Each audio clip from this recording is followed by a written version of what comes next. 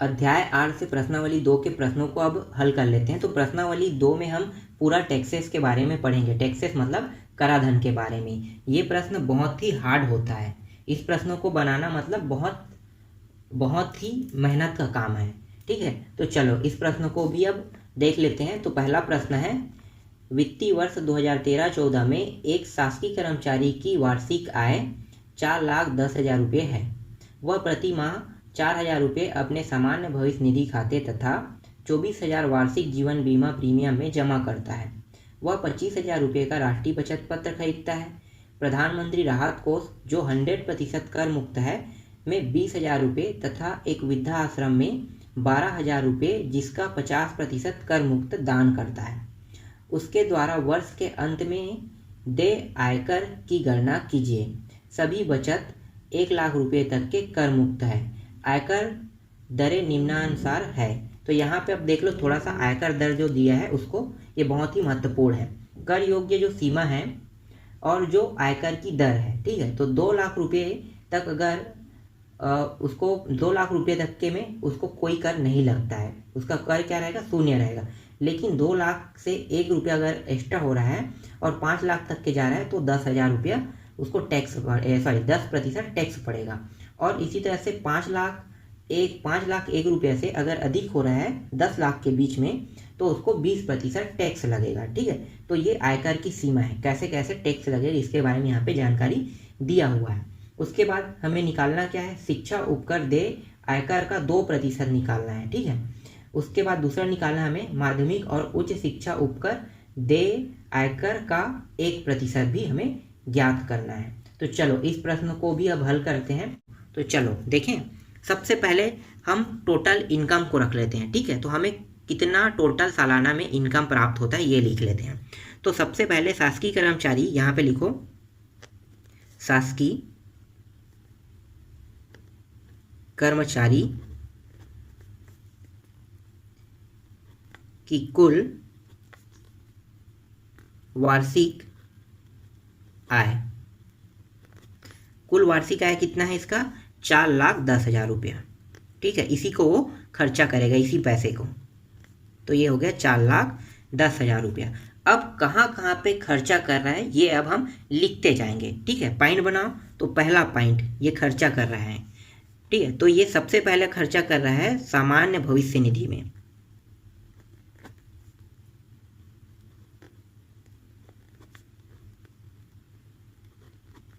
सामान्य भविष्य निधि खाते में प्रति माह 4,000 रुपये खर्चा कर रहा है। तो ये एक माह का 4,000 है, तो पूरा 12 माह तक के इसी तरह से देगा। तो कितना होगा 12 माह का, तो यहाँ पे लिखो कुल जमा राशि बराबर 12 माह गुणित 4,000। कितना हो गया, 12 चौक 48,000 रुपये। मतलब ये एक साल में 48,000 रुपये खर्चा करता है। ठीक, एक पॉइंट बन गया। दूसरा पॉइंट अब नोट करते हैं। दूसरा पॉइंट में वो और खर्चा कहाँ कर रहा है, 24,000 रुपया वार्षिक जीवन बीमा प्रीमियम जमा करता है। तो उसको भी लिखो, जीवन बीमा में जमा राशि कितना कर रहा है, एक साल में 24,000। तो ये टोटल जमा कर रहा है 24,000 रुपया। ठीक, तीसरा आप लिखते हैं और कहाँ पे जमा खपत कर रहा है, तीसरा खपत कर रहा है 25,000 रुपया राष्ट्रीय बचत पत्र खरीदता है। तो इसको भी लिख लो, राष्ट्रीय बचत पत्र में निवेश लिखो बराबर 25,000 रुपये। ठीक है, तो ये 3 जगह अपने पैसे को खपत कर रहा है। ठीक, इन तीनों को अब जोड़ लो तो कुल कितना खपत कर रहा है पता चल जाएगा। ठीक है, तो यहाँ पे नीचे में लिखो कुल जमा राशि कितना हो रहा है, 25,000, 24,000 और 48,000। तीनों को जोड़ेंगे तो ये हो गया 0 0 0 और ये हो गया 7 2 4 और ये 8 और 1 हासिल आया, कितना होगा 9। तो 97,000 रुपया कुल जो है वो जमा करता है। ठीक है, ये जमा राशि है। अब इसी प्रश्न में क्या कहा है कि सभी बचत में 1 लाख रुपए तक के कर मुक्त है। तो देखो ये 1 लाख से अधिक है कि कम है, 1 लाख से कम है, मतलब इसमें क्या है, छूट नहीं लगेगा, मतलब इसे कर देना नहीं पड़ेगा। तो यहाँ पे लिखो छूट, जो जमा कर रहा है इसमें इसे छूट मिल रहा है ना, तो लिखो छूट अधिकतम 1 लाख है, अतः 97,000 रुपये पर कोई कर नहीं देना होगा, ठीक, यहाँ तक समझ में आ गया प्रश्न में। चलो उसके बाद प्रश्न क्या कह रहा है, इसके बाद प्रश्न में कह रहा है कि प्रधानमंत्री राहत कोष, ये दान की राशि है ना, इसीलिए हम इसको अलग लिख रहे हैं। ठीक है, तो प्रधानमंत्री राहत कोष और वृद्धाश्रम में ये जमा कर रहा है। तो प्रधानमंत्री राहत कोष में कितना जमा कर रहा है, इसको अब अलग निकालते हैं। तो यहाँ पे लिखो, चौथा टॉपिक लिख लेते हैं,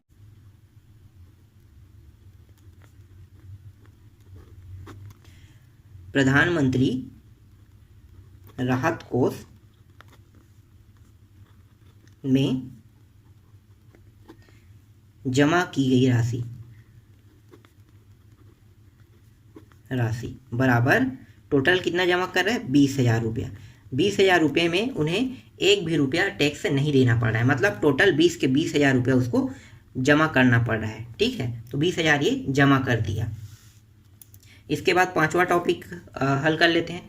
तो पांचवा टॉपिक में क्या कहा है कि 12,000 रुपया वो वृद्धाश्रम में जमा करता है, जिसमें 50% कर मुक्त है, मतलब उसे सिर्फ 50% राशि देना पड़ रहा है और 50% राशि मान लो उसको वापस हो रहा है। ठीक है, तो इसको कैसे लिखोगे, यहाँ पे लिखो वृद्धाश्रम में दान की गई राशि बराबर 12,000 रुपये।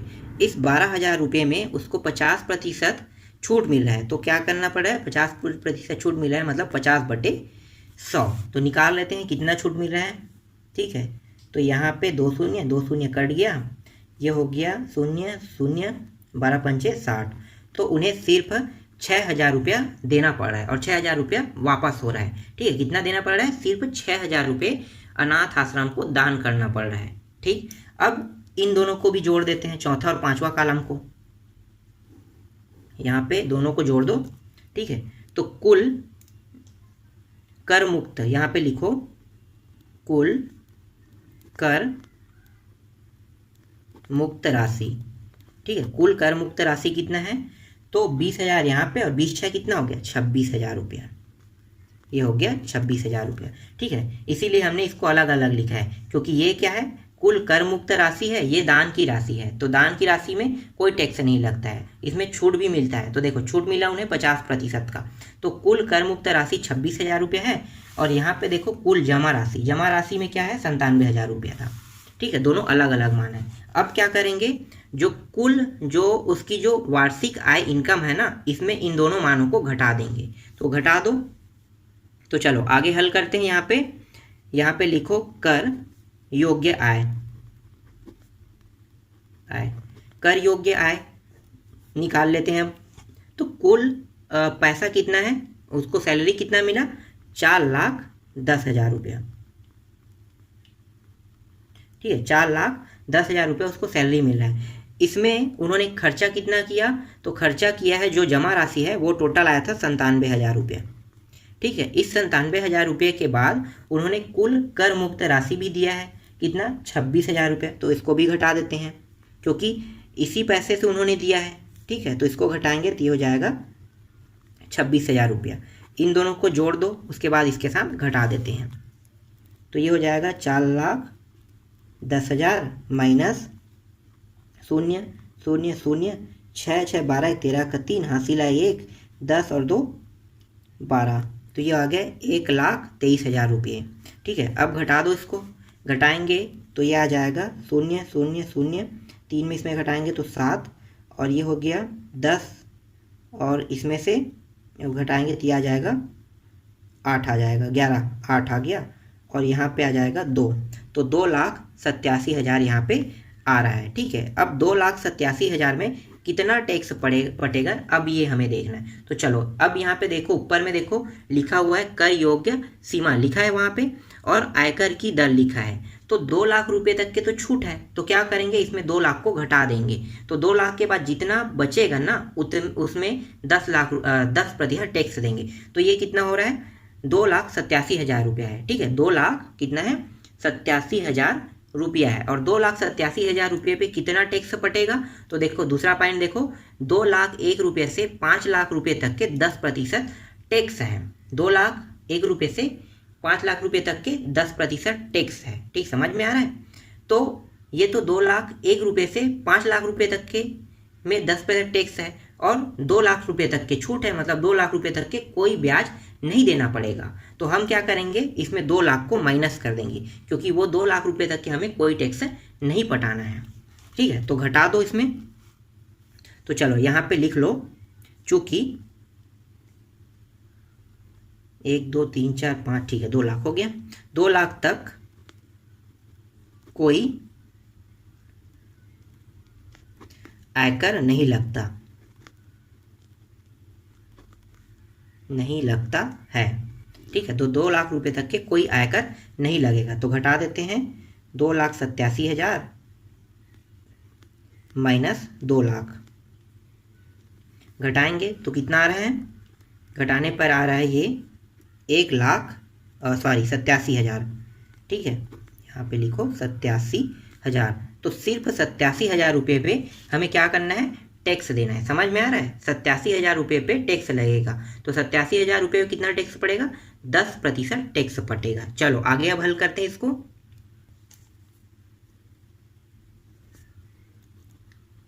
87,000 पे हमें 10% टैक्स पड़ा है, मतलब 10/100। 2 शून्य कट गया, इसका गुणा कर देते हैं, तो ये आ गया 8,700 रुपये। तो टैक्स कितना निकल रहा है, हमें टोटल जो टैक्स देना पड़ रहा है वो है 8,700 रुपये टैक्स देना पड़ रहा है। अब 2 पॉइंट पूछा है, एक पॉइंट क्या था, शिक्षा उपकर टैक्स निकालना है 2%, और दूसरा पॉइंट है माध्यमिक और उच्च शिक्षा उपकर टैक्स निकालना है 1%। तो इसी से हमें निकालना है, तो इसको भी निकाल लेते हैं। तो यहाँ पे लिखो शिक्षा उपकर बराबर दे आयकर का 2% निकाल लेते हैं। तो कितना है, ये हो गया 8,700 रुपये, 2% मतलब 2/100, दोनों कट गया यहाँ पे। यह आ गया 7 दूनी 14 4, हासिल आई 1, 8 दूनी 16 1 17, 174 रुपया शिक्षा उपकर टैक्स से निकला। इसके बाद निकाल लेते हैं माध्यमिक शिक्षा। माध्यमिक शिक्षा और उच्च शिक्षा उपकर बराबर दे आयकर का 1%। तो किसमें निकालेंगे, वही जो 87,000 रुपये टैक्स आया ना, उसी में 1% निकाले थे, 1/100। 1% का मतलब होता है 1/100। दोनों शून्य यहाँ पे कट गया, तो यहाँ पे आ गया 87 रुपया। अब टोटल उन्हें कितना देना पड़ेगा, कुल देय आयकर। तो यहाँ पे निकाल लेते हैं, कुल देय आयकर, आयकर बराबर 8,700 रुपये प्लस कितना है, 174 रुपये प्लस 87 रुपया। इन तीनों को जोड़ देते हैं, ये सभी के सभी क्या है, टैक्स है ना। ये 8,700 रुपया जो टैक्स से निकला था ये है, और 174 रुपया भी टैक्स है, और ये 87 रुपया भी टैक्स है। तो सभी टैक्सों को जोड़ देंगे तो टोटल कितना देना पड़ेगा टैक्स, 8,961 रुपया टैक्स देना पड़ेगा, और यही इसका आंसर है। ठीक, समझ में आई। ये काफ़ी कॉम्प्लिकेटेड क्वेश्चन है, बहुत ही टफ प्रश्न है। ठीक है, तो इसीलिए मैं कह रहा था कि ये प्रश्न बहुत ही पेचीदा है। अगर ये प्रश्न अगर एग्जाम में आ जाएगा ना, तो आप लोग नहीं बना पाओगे। तो इसमें टाइम वेस्ट मत करना। क्या करना, इससे पहले प्रश्नावली से प्रश्न आएंगे ही आएंगे, तो उसी प्रश्नों को अच्छे से तैयारी करना, उसी को हल कर लेना। ठीक है, ये सिर्फ मैं आपको सिखा रहा हूँ, जो आगे 10th क्लास के बाद 11th क्लास में जो कॉमर्स लेगा ना, उनके लिए है ये। तो वो लोग यही प्रश्न ये मतलब वो लोग इसी पूरे प्रश्न को वो आगे जो है वो पढ़ेंगे, इसीलिए उनके लिए बहुत ही महत्वपूर्ण प्रश्न है।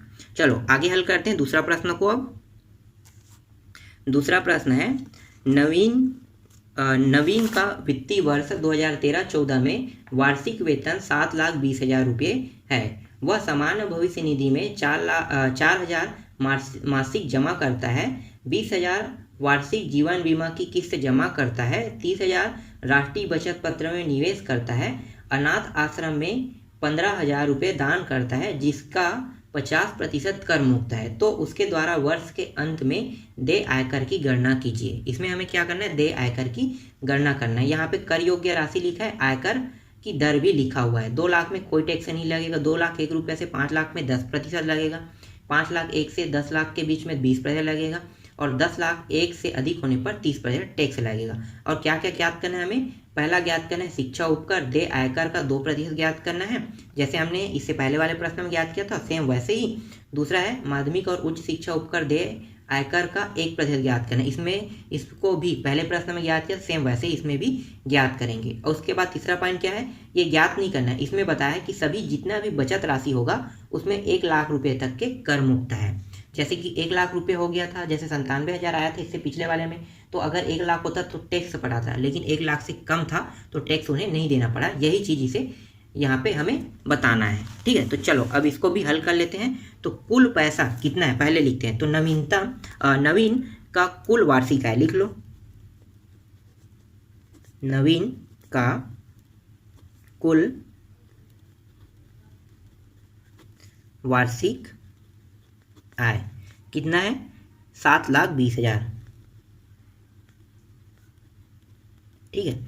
नवीन का कुल वार्षिक आय है 7,20,000 रुपये, ये ठीक है, समझ में आया। चलो आगे, अब ये कहाँ कहाँ जमा करता है उसको लिख लेते हैं। तो पहला पॉइंट सबसे पहले वो सामान्य भविष्य निधि में जमा कर रहा है,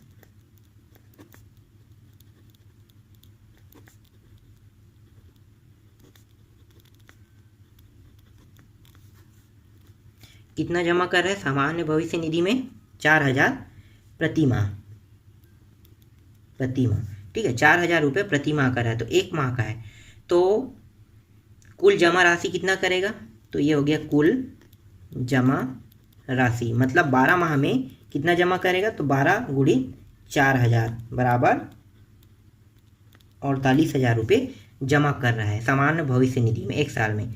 दूसरा पॉइंट क्या है, जीवन बीमा में जमा राशि, इसको भी लिख लेते हैं, जीवन बीमा में जमा राशि। जीवन बीमा में कितना जमा कर रहा है, जीवन बीमा में 20,000 रुपये जमा कर रहा है, तो ये आ गया 20,000 रुपये, ठीक है। तीसरा निकाल लेते हैं। तीसरा क्या है, राष्ट्रीय बचत पत्र में निवेश,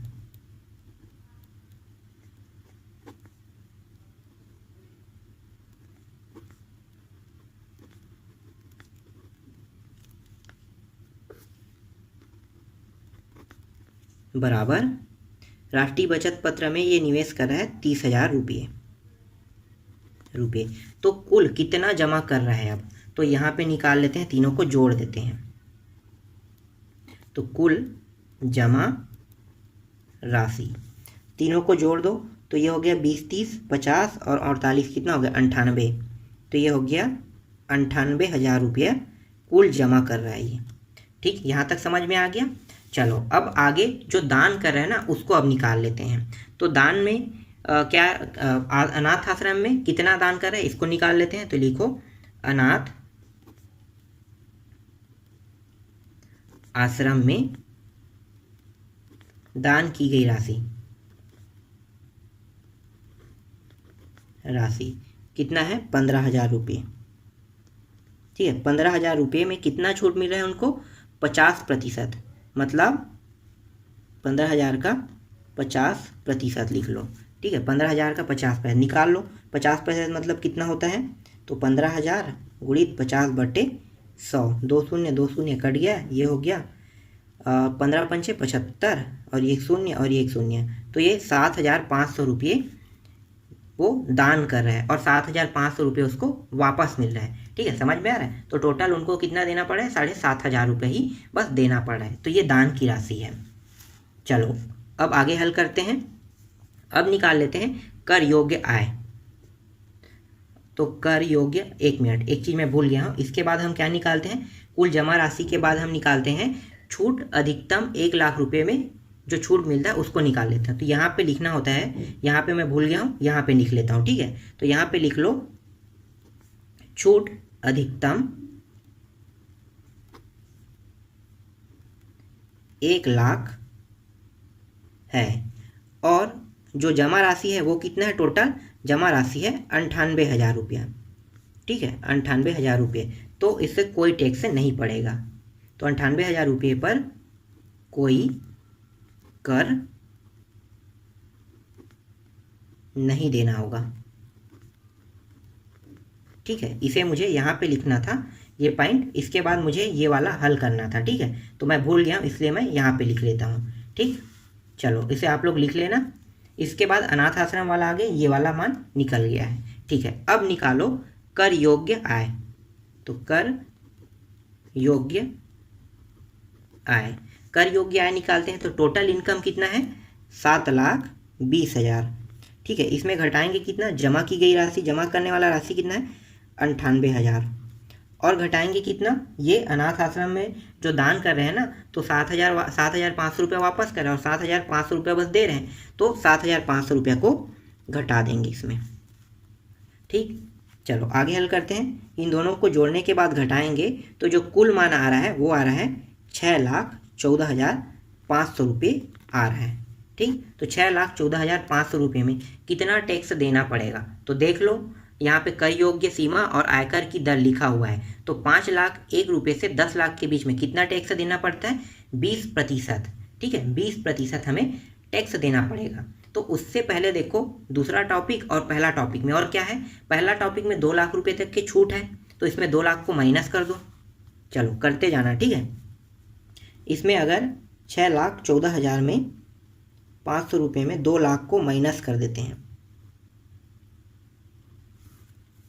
तो 2 लाख को माइनस करेंगे तो यहाँ पे कितना बचेगा, 4,14,500 रुपया बचेगा। इसका मतलब क्या है, इसका मतलब ये है कि 2 लाख रुपये तक कोई कर नहीं लगता है, नहीं लगता है, ठीक है। आपको ये लिखना होगा 2 लाख रुपये तक कोई कर नहीं लगता, इसीलिए हमने 2 लाख को यहाँ पे हटा दिए, उसमें हमें कोई टैक्स नहीं देना पड़ रहा है, ठीक। यहाँ तक समझ में आ गया। तो बचा कितना, 4,14,500 रुपये में अब हमें टैक्स देना है। इसके बाद अगला जो पॉइंट है वो क्या है, 2,01,000 रुपये से 5 लाख के बीच में 10% है। तो अगर मैं समझो यहाँ पे, ठीक है, जो ऊपर में पॉइंट लिखा है उसमें क्या है, 5 लाख है। तो 5 लाख रुपये में अगर 2 लाख को घटा देंगे, ठीक है, तो कितना आएगा, 3 लाख रुपये। तो यही जो 3 लाख है ना, इसके साथ घटा दो, तो ये हो गया 4,14,500 रुपये में 3 लाख को घटा देंगे, ठीक है। तो 3 लाख को घटाएंगे तो कितना बचेगा, तो यहाँ पे बचेगा 1,14,500 रुपये बचेगा। तो 1,14,500 रुपये और यहाँ पे 3 लाख को हमने घटा दिया, ठीक है। तो ये जो हमने 3 लाख घटाया ना, इसमें 10% टैक्स लगेगा। क्यों, क्योंकि ये 2,01,000 रुपये से 5 लाख के बीच का राशि है ये, ठीक, समझ में आ रहा है। 2,01,000 रुपये से 5 लाख के बीच की राशि है 3 लाख। तो इस 3 लाख में 10%, और ये जो राशि है ये क्या है, 5,01,000 रुपये से 10 लाख के ऊपर की राशि है, ठीक है। तो अगर टोटल करोगे ना तो ये 6,14,000 हो रहा है। तो देखो 3 और 2 निकाले कितना हो गया, 5 लाख निकल गया। और 5,01,000 रुपये से कितना होता है, 5,01,000 रुपये से 10,000 के बीच में कितना प्रतिशत, 20%। तो देखो ये जो राशि है वो 5,01,000 रुपये से ओवर राशि है, इसलिए इसमें 20% टैक्स लगेगा, इसमें 10% और इसमें कोई टैक्स नहीं लगेगा, ठीक। समझ में आ रहा है आपको, ठीक है। चलो आगे हल करते हैं। अब हम निकाल लेते हैं देय आयकर।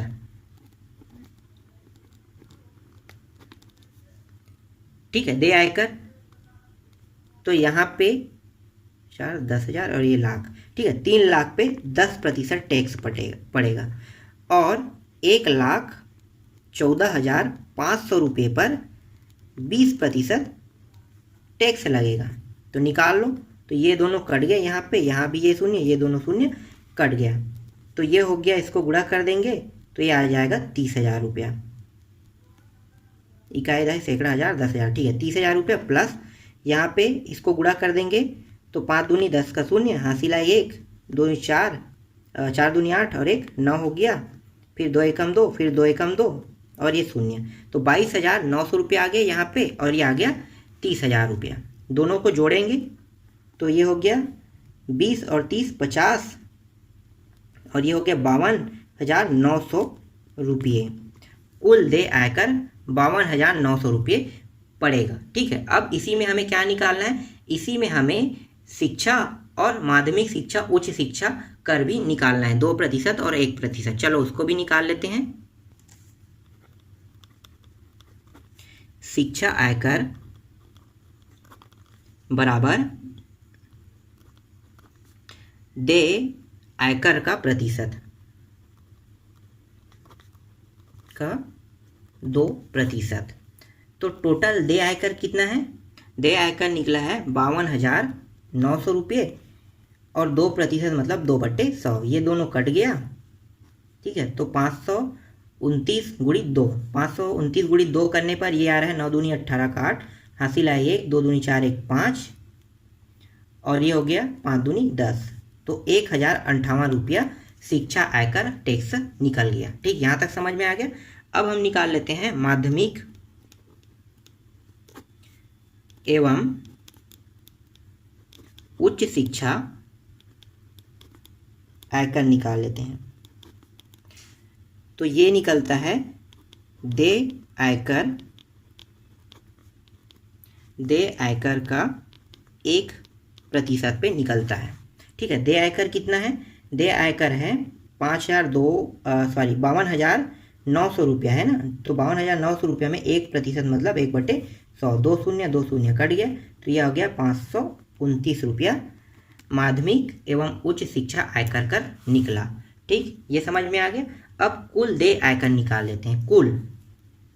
तो कुल देय आयकर मतलब टोटल जो टैक्स है उसको निकाल लेते हैं। तो कुल देय आयकर मतलब 52,900 रुपया प्लस शिक्षा टैक्स कितना है 1,058 और माध्यमिक शिक्षा टैक्स कितना है 529। सभी को जोड़ेंगे तो प्राप्त होगा 54,487 रुपया प्राप्त होगा। तो हमें टोटल जो टैक्स देना पड़ रहा है ना, जो 7,20,000 रुपये है, उसमें हमें कुल टैक्स कितना देना पड़ रहा है 54,487 रुपया टैक्स देना पड़ रहा है। यही इसका आंसर है, ठीक। समझ में आया। इसके बाद जो नेक्स्ट प्रश्न है उसको हम लोग अगले वीडियो पे हल करेंगे।